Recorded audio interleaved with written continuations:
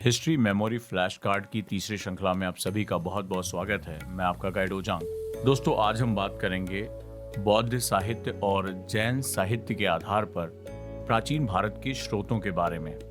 बौद्ध साहित्य की यदि बात करें तो बौद्ध साहित्य का जो प्रमुख हिस्सा है वो जातक और पिटक कहलाता है। जातक क्या है? जातक में गौतम बुद्ध के पूर्व जन्म से संबंधित लगभग 550 कहानियां हैं, जिन्हें ईसा पूर्व 5वीं सदी से दूसरी सदी तक की सामाजिक और आर्थिक हालत का पता चलता है। वहीं त्रिपिटक सबसे प्राचीन बौद्ध ग्रंथ हैं, जिनकी रचना बुद्ध के निर्वाण प्राप्ति के बाद हुई, यानी संसार छोड़ने के बाद हुई। 3 पिटक हैं।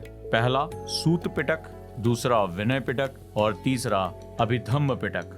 त्रिपिटकों से ईसा पूर्व शताब्दियों के भारत के सामाजिक और धार्मिक स्थिति की हमें जानकारी मिलती है। अब यदि हम बात करें जैन साहित्य की, तो जैन साहित्य में प्राचीनतम जैन धर्म ग्रंथों को पूर्व कहा गया है। इसमें महावीर के सिद्धांत संग्रहित हैं। भाषा क्या है इनकी? भाषा इनकी प्राकृत है। प्राकृत भाषा में इनकी रचना हुई है। जैन ग्रंथों का अंतिम रूप से संकलन ईसा की 6ठी शताब्दी में वल्लभी, गुजरात में किया गया।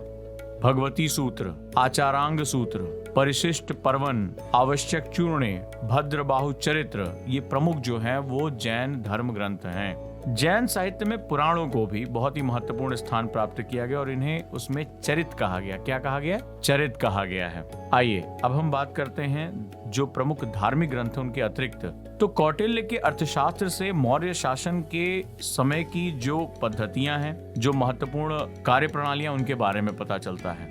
इसी तरह पाणिनि का अष्टाध्यायी बेसिकली पाणिनि का व्याकरण ग्रंथ है, जहां उन्होंने बहुत ही व्याकरण की विशद रचना की है। वो 5वीं शताब्दी ईसा पूर्व का जो सामाजिक जीवन है 5th BC, वहां के बारे में प्रकाश में हमें पता चलता है। वहीं पतंजलि का महाभाष्य ये महत्वपूर्ण शुंग वंश की जानकारी देता है। इसी तरह अगर हम बात करें तो कालिदास के रघुवंशम से समुद्रगुप्त की दिग्विजय, उसकी विजय गाथा के बारे में हमें पता चलता है। और हर्षचरित, जिन्होंने बाणभट्ट ने इसको कृत किया था, बनाया था, वहां से हर्ष की उपलब्धियों की हमें जानकारी मिलती है। यदि बात करें तो कल्हड़ की राज तरंगिणी भारतीय इतिहास का पहला प्रामाणिक ऐतिहासिक ग्रंथ है और इसे 12वीं शताब्दी में लिखा गया और ये 8 भागों में विभाजित है। वहीं दक्षिण भारत की बात करें तो संगम साहित्य से दक्षिण भारत के शासक जैसे चोल, चेर, पांड्य, इनके समय का समाज कैसा था, अर्थव्यवस्था कैसी थी और वहां का सांस्कृतिक विन्यास कैसा था, इसके बारे में हमें बहुत ही विस्तार से जानकारी मिलती है। दोस्तों, तो ये प्राचीन भारत की प्रमुख जानकारियों का हिस्सा रहा। मिलते हैं अगले अंक में। ये कैसा रहा और आप ऑडियो ऐप को अपने दोस्तों को भी शेयर कर सकते हैं। धन्यवाद। आंसर राइटिंग बैच जो हमारा था उसको हमने 17 से हटाकर जो है 1 सितंबर कर दिया। कई बच्चे अभी जुड़ना चाहते हैं, कई कारणों की वजह से नहीं जुड़ पा रहे, तो आंसर राइटिंग क्लासेस जो है वो इसके लिए मैं 1 सितंबर लेकर जा रहा हूं। उसके साथ अभी जो लोग नहीं जुड़े हैं वो लोग जुड़ सकते हैं जो है डिस्काउंटेड फीस में।